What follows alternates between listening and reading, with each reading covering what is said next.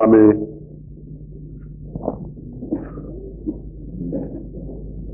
بڑی تفصیل اور شرح و بسط کے ساتھ سرور کائنات حضرت محمد الرسول اللہ صلی اللہ علیہ وعلی آلہ واصحابہ وبارک وسلم کی سیرت کے عنوان پر اور پھر آپ کی حیات طیبہ کے حوالے سے موجودہ حالات کے بارے میں اور آپ کی ذات مبارک کو آڑ بنا کر جو لوگ آپ کے پیروان اور فداکاران کے خلاف اپنی زبانوں کو تلواریں بنائے ہوئے اور اپنے قلموں کو زہر میں ڈوبے ہوئے تیر بنائے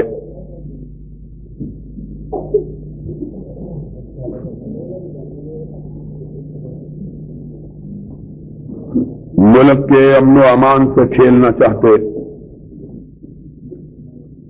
اور حق پرستوں کو دبانا چاہتے ہیں، ان کے بارے میں گفتگو کروں گا، لیکن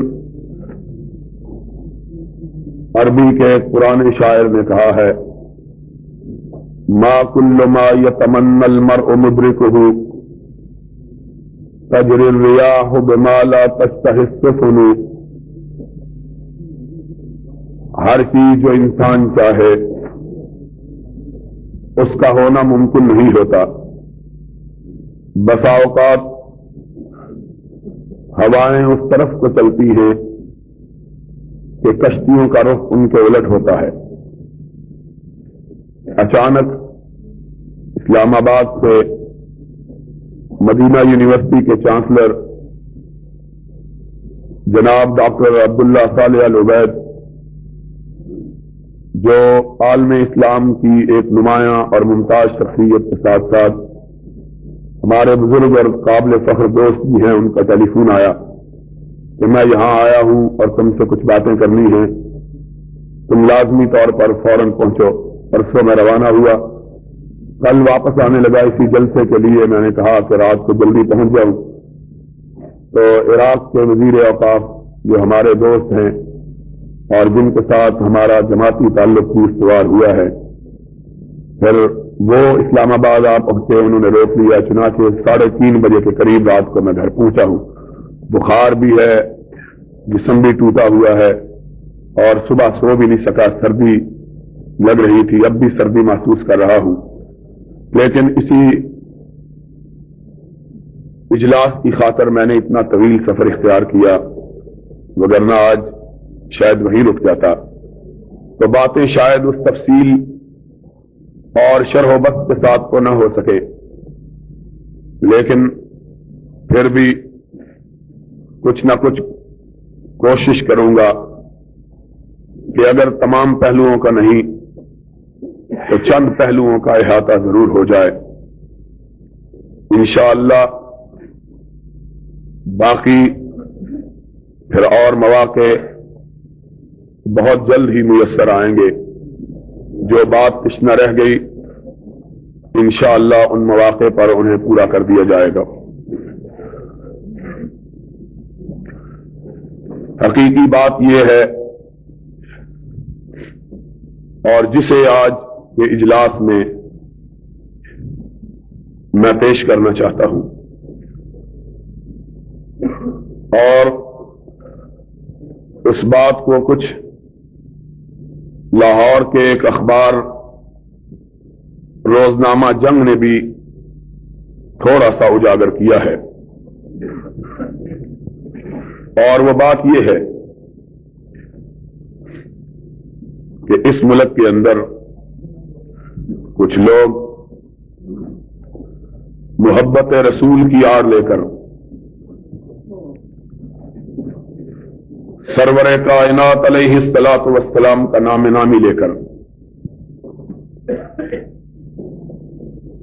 اس ذات مقدسہ کا نام لے کر جو سراپا محبت اور مجسم رحمت تھے، جن کے بارے میں رب نے اپنے کلام مجید میں کہا ہے وَمَا أَرْسَلْنَاكَ إِلَّا رَحْمَةً لِّلْعَالَمِينَ، اور جن کے بارے میں حدیث پاک میں آیا ہے کہ زندگی کے طویل سالوں میں 40 برس ما قبل از نبوت اور 23 برس امامت کے، اختیار کے، اقتدار کے، جنہوں نے اپنی زبان اقدس سے کبھی کسی کو گالی نہیں دی، کبھی کسی کے بارے میں سخت کلمہ استعمال نہیں کیا، کبھی کسی کو دکھ نہیں پہنچایا، اور انس کی روایت میں رضی اللہ تعالیٰ عنہ میں نے 10 سال حضور اکرم صلی اللہ علیہ وسلم کی صحبت میں اور خدمت میں دن رات بسر کیے. چھوٹا سا تھا، خدمت میں کوتاہی بھی ہو جاتی تھی، غلطیاں بھی ہو جاتی تھی، لغزشیں بھی ہو جاتی تھی، خطائیں بھی ہو جاتی تھی، لیکن اس 10 سال کے طویل عرصہ میں کبھی میں نے نبی کی زبان اقدس سے اف تک نہیں سنا. جب بھی رسالت مآب صلی اللہ علیہ وسلم نے مجھے خطاب کیا، پیارا بیٹا کہہ کے خطاب کیا، اور اگر مجھ سے کوئی غلطی ہو گئی تو اس کا پتہ مجھے حضور کے تبسم سے چلا. حضور مسکراتے اور میں سمجھ جاتا کہ مجھ سے غلطی ہو گئی. اتنا صاحب اخلاق عالیہ اور پیکر محبت و مودت نبی، اتنا کہ یہ تو انس تھے، اپنے تھے، ان کی والدہ نے منت مانی تھی کہ اللہ مجھے بیٹا عطا کرے گا تو میں اس کی جوانی سے اپنے مستقبل کے سنوارنے کی امیدیں نہیں باندھوں گی. اگر رب نے مجھ کو بیٹا عطا کیا تو میری یہ منت نہیں ہے کہ میں اسے پالوں گی، پوسوں گی، پرورش کروں گی، اسے دوں گی، پروان چڑھاؤں گی تاکہ وہ بڑا ہو کے میری خدمت کرے، میرے لیے روٹی کمائے، میرے بڑھاپے کا سرمایہ بنے. بلکہ اللہ اگر تو نے مجھے بیٹا دیا اور میں نے اسے پرورش دی، وہ خدمت کے قابل ہوا، تو اللہ اپنے لیے نہیں مانگتی، میں اسے تیرے نبی کی خدمت کے لیے وقف کر دوں گی. تو یہ تو انس وہ انس تھے جن کو مانگا ہی نبی کی خدمت کے لیے گیا تھا.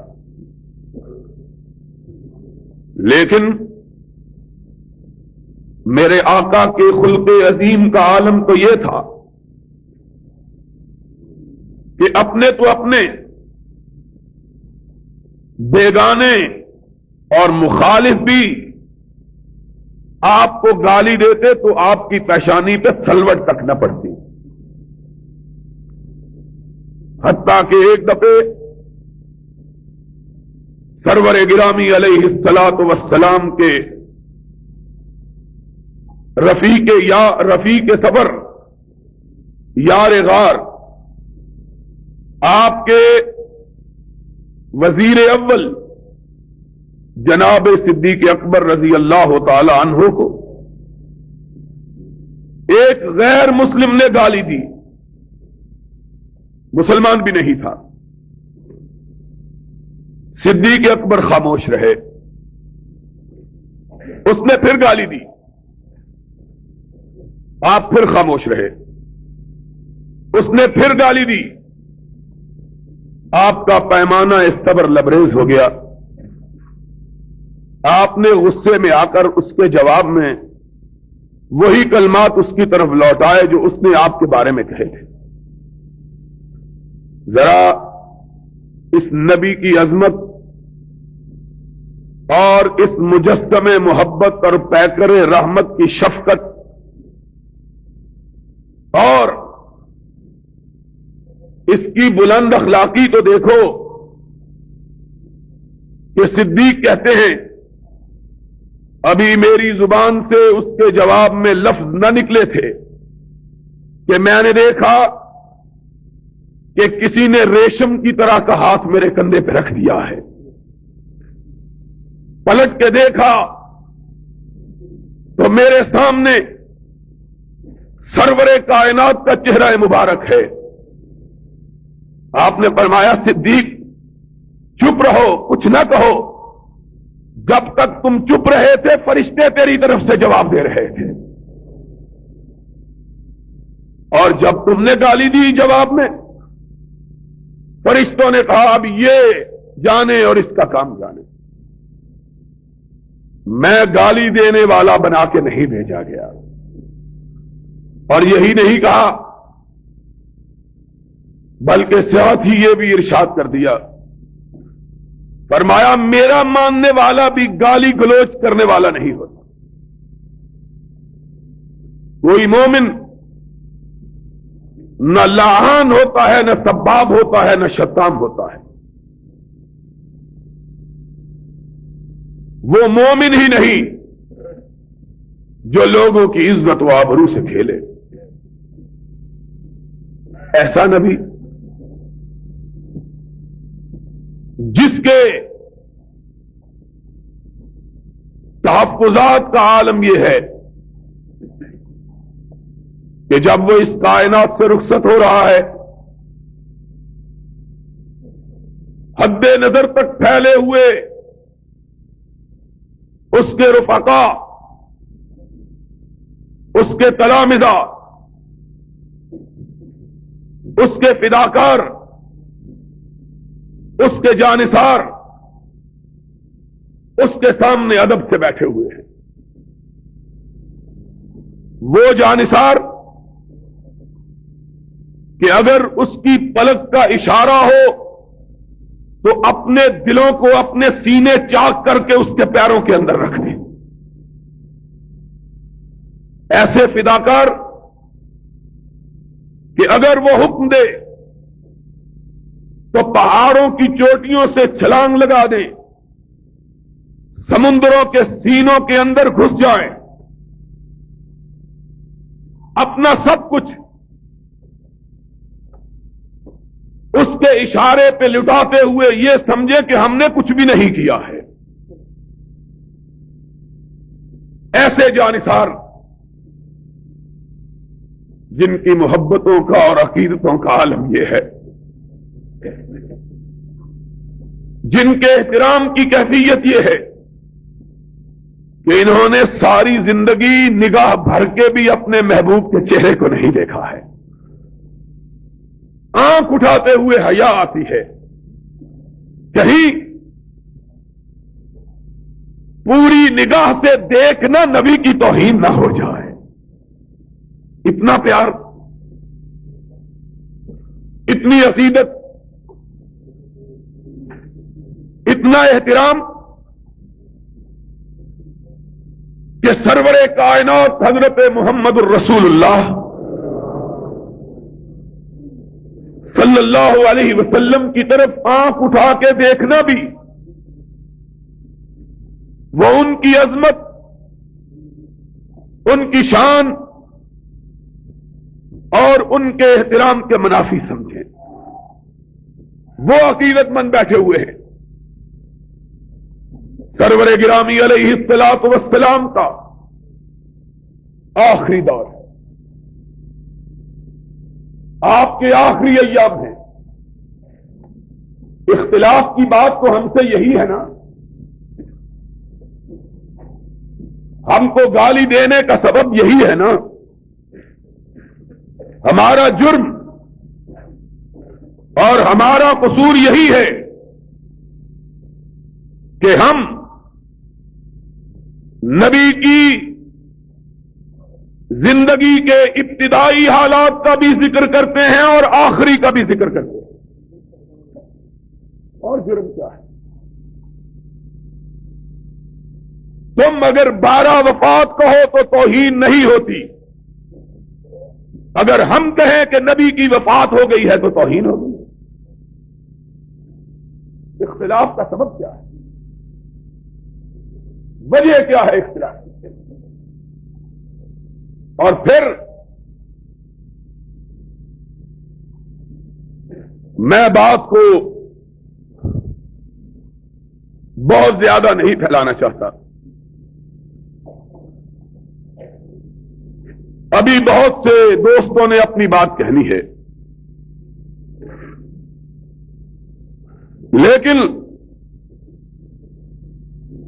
میں پوچھتا ہوں آخر ہمارے خلاف برہمی کا سبب کیا ہے؟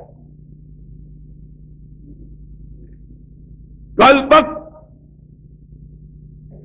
تم 12 وفات کہہ کر جلوس نکالتے تھے تو درست تھا، آج ہم کہتے ہیں کہ نبی کے آخری ایام سے جس کے بعد نبی فوت ہو گئے تو توہین کیسے ہوگی؟ اور پھر ان بنیادوں پر یہ کہتے ہو کہ امام کعبہ کے پیچھے نماز نہیں ہوتی، امام مدینہ کے پاس پیچھے نماز نہیں ہوتی، اور ہم نے اگر کہا کہ جس کی نماز امام کعبہ کے پیچھے نہیں ہوتی اس کے پیچھے ہماری نماز بھی نہیں ہوتی ہے، پھر اس میں تکلیف کی بات کیا ہے؟ ہمیں سمجھ نہیں آئی، میں یہاں موجود نہیں تھا، یہ اخبارات یہ اس کا فوٹوگرافر ہے، کوئی نمائندہ تو نہیں ہوگا شاید، لیکن خسرو نے کہا تھا کہ کسے پڑی ہے کہ جا سناوے، پیارے پی کو ہماری بتیاں، نہ انگ چینا نہ نیند نینا نہ آپ آویں نہ بھیجے پتیاں، تم آؤ اور ہم تم کو بتلائیں اس ملک میں فحاشی کو فروغ دینے والے اخبارات، دین کا مذاق اڑانے والے اخبارات، بدماشی کو پھیلانے والے اخبارات اور فحاشی کو فروغ دینے والے اخبارات، اپنی ماں بہنوں کے جسموں کو سجانے والے اخبارات، ہاکی کی ٹیموں کی تصویریں چھاپنے والے اخبارات، اور یہ ضیاء الحق سیرت النبی کے نام پر کانفرنسیں کروانے والا ضیاء الحق، بھٹو کے دور میں ہاکی ٹیم کا اعلان ہوا، مسلمانوں نے احتجاج کیا، بند ہو گئی، آج سیرت النبی کے ایام میں ربیع الاول کے مہینے میں مسلمان بیٹیوں پر مشتمل ہاکی ٹیم کو میچ کھلوائے جاتے اور بے حیا وزیروں سے ان کے مسافے کروائے جاتے اور ان کی تصویریں یہ بے حیا اخبارات اپنے اخبار کے صفحات پہ چھاپتے اور تب بھی اسلام اسلام کے زندہ باد کے نعرے لگتے اور بے وقوف ملا پھر اس حکومت کے قصیدے پڑھتے، زمن گو صوفیو ملا سلامے کہ پیغام خدا کو بند مارا، بڑے تعویل شاہ در حیرت انداز خدا و جبرائیل و مصطفیٰ، ان کی زبانوں پہ تالے لگے ہوئے محمد کی سنت کے پرچم کو تھامنے والوں کے خلاف گز گز لمبی زبانیں اور محمد کی سیرت اور محمد کے لائے ہوئے قرآن کا مذاق اڑانے والے صدر اور اس کے دورے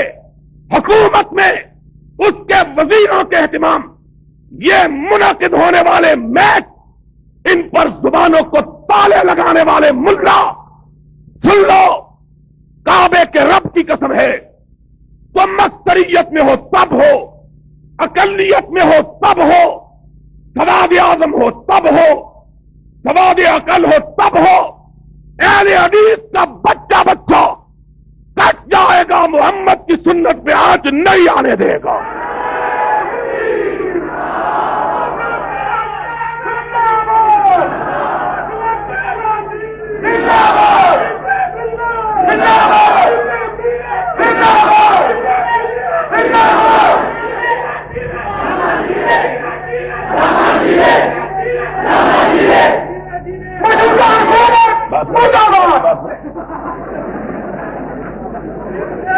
آج ہمارے خلاف سب بات کرتے ہو، سمجھتے ہو کہ ہم تمہیں کچھ نہیں کہیں گے۔ میں نے کہا تھا جنگ فورم میں، سینے پہ ہاتھ مار کے کہتا ہوں، بے غیرت نہیں ہوں، وہ کوئی اور ہوگا، ہم نہ ہوں گے۔ سن لو، یہاں بعض لوگ گرو نانک کا مذہب قائم کرنا چاہتے ہیں کہ با مسلمان اللہ اللہ، با برہمن رام رام۔ ٹی وی کے فنکار جن کو ٹی وی نے ملا بنایا ہے، اخباروں نے جن کو مولوی بنایا ہے، وہ کہتے ہیں ہر ایک کے پیچھے نماز ہو جاتی ہے۔ تمہاری نماز شیعہ کے پیچھے بھی جائے، تمہاری نماز قبر پرست کے پیچھے بھی جائے، اور بعض لوگ یہ نعرے بلند کرتے ہیں ایک امام ایسا ہونا چاہیے۔ یہ امام زمان گولیاں بیچتے بیچتے ملا بننے والے، حکومتوں کی مصلحتوں پر، اقتدار والوں کی مصلحتوں پر ملا قرار دیے جانے والے۔ سن لو، کعبے کے رب کی قسم ہے، جو رسول کی سنت کی پاسداری کے سلسلے میں کعبے کے امام کے پیچھے اور رسول کے مصلی کے وارث امام کے پیچھے نماز نہیں پڑھتا، حکومت کا قانون بھی آ جائے ہم اس کے پیچھے نماز پڑھنے کے لیے تیار نہیں ہے۔ کیا کرتے ہو تم؟ کیا کہتے ہو؟ سن لو، میں کہتا ہوں، میں کہتا ہوں، نہ بزدل ماں کا بیٹا ہوں، نہ بزدل ہوں۔ سن لو، اگر یہ بات ضیاء الحق کہے، کعبے کے رب کی قسم میں اس کی صدارت کو ماننے کے لیے تیار نہیں۔ کیا ملا، یہ 2 رکعت کے امام کچی روٹی اور پکی روٹی پڑے ہوئے؟ اور مبارک ہو ان لوگوں کو جنہوں نے کہا ہم شیعوں کے پیچھے بھی نماز پڑھنے کے لیے، ان کو مبارک ہو۔ جو صدیق کو گالی دیتا ہے،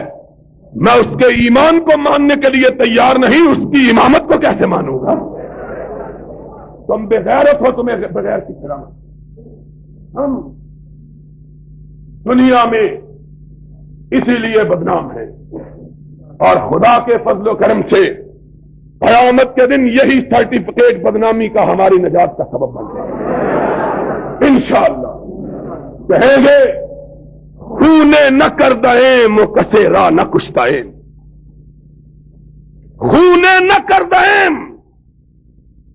کسے را نہ کشتائیں، جرمم ہمی کے عاشق روئے تو گشتائیں۔ کوئی گناہ نہیں کیا، چوری نہیں کی، ڈاکہ نہیں ڈالا، کسی کی عزت پہ حملہ نہیں کیا، لیکن اگر ہم کو کہو کہ امام کائنات کی امامت کے ماننے سے دستکش ہو جائیں، اس کو چھوڑ کر روح سیاہوں کو اپنا امام مان لیں، اس کے رخ زیبا سے اپنی نگاہ ہٹا لیں، اور اس کے چہرے کو دیکھ لیں کہ جس کا چہرہ دیکھنے سے آدمی کو رات کی روٹی بھی میسر نہیں آتی ہے، جمعراتیوں کے پیچھے نمازیں پڑھنی، مردوں کے پیچھے نمازیں پڑھنی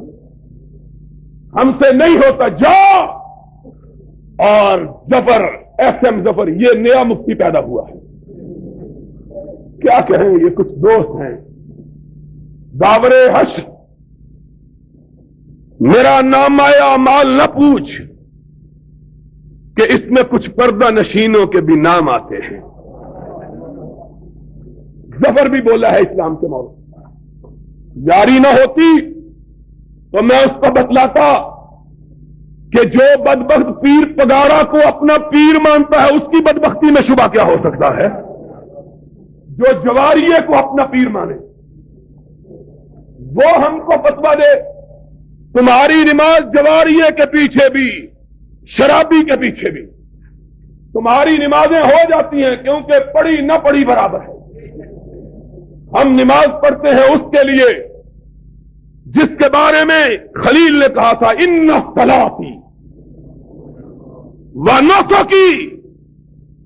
و محیای و مماتی للہ، نہ نیاز اس کے سوا کسی کے لیے نہ نظر کسی کے لیے۔ تمہارا جینا بھی پیر کے لیے مرنا بھی پیر کے لیے، اللہ تمہیں قبر بھی اسی کی نصیب کر دے تاکہ عذاب میں کمی نہ ہو۔ اس کے لیے اسپیشل عذاب کے فرشتے رکھے گئے ہیں۔ ہم سے کیا بات کرتے ہو؟ کہتے ہیں جی بڑی، اور وہ بات کرتے ہیں جنہوں نے ساری زندگی کبھی نماز پڑھی نہیں، جن کو عید کی نماز پڑھنی نصیب نہیں ہوئی ہے کبھی۔ دلتانہ بھی بولا ہے، سارے ملک کو دو لخت کروانے والا، کہتا ہے بڑا افسوس ہوا ہے سنی شیعوں کے پیچھے نہیں پڑھتے، شیعہ سنیوں کے پیچھے نہیں پڑھتے، جب یہ ہوگا میں ابھی پڑھ لوں گا۔ تو نہ ہی پڑھے تو اچھا ہے،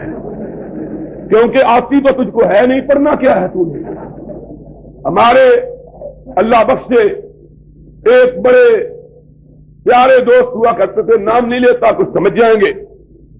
بہت ہمارے میرے ساتھ ان کا بڑا تعلق تھا۔ پچھلے دنوں ان کی یاد میں جلسہ بھی منعقد ہوا، ہر سال میں آتا تھا لیکن میں اس دفعہ نہیں تھا۔ ایک دفعہ کی بات ہے، ہم نوابزادہ نصر اللہ خان کے پاس بیٹھے ہوئے تھے، وہاں ایک بڑے آدمی کا ذکر آ گیا۔ ہمارے دوست بہت بے باک آدمی تھے، انہوں نے ناؤ دیکھا ناؤ دیکھا 4-6 سنا دی، ایسی کی تیسی یہ بڑا بنا پھرتا ہے کیا ہے۔ دوسرے دن کسی کام کے لیے انہیں ان کے پاس جانے کا اتفاق ہو گیا، عصر کی نماز کا وقت تھا، وہ نماز پڑھانے کے لیے کھڑے ہوئے، ہمارے دوست بھی پیچھے کھڑے ہو گئے۔ دوسرے دن شام کو نوابزادہ صاحب کے پاس ہی مجلس جمی، تو ایک آدمی نے کہا دیکھو جی نواب صاحب یہ کل یہ کہہ رہے تھے آج ان کے پیچھے نماز پڑھتے ہیں، کیا لگا کیوں جھوٹ بول رہے، منو وضو کر دیا ویکھیا صحیح، اس طرح کی نمازیں۔ میں نے تو نماز بے وضو، تمہارا کیا ہے؟ تم تو بے وضو بھی پڑھتے رہو، تمہاری باوضو بھی نہیں ہونی بے وضو بھی نہیں ہونی، جس کے پیچھے جی چاہے پڑھا لو، تمہارا کیا ہے؟ مسئلے کی بات کرو، مسئلے کی، اور بے شرمی کی بات ہے۔ میں نے وہاں کہا تھا ساری دنیا کے لوگ جانتے ہیں کہ اہل حدیث ہر مسئلے میں بہت روادار واقع ہوئے ہیں، ہر مسئلے میں روادار اتفاق کے ہاں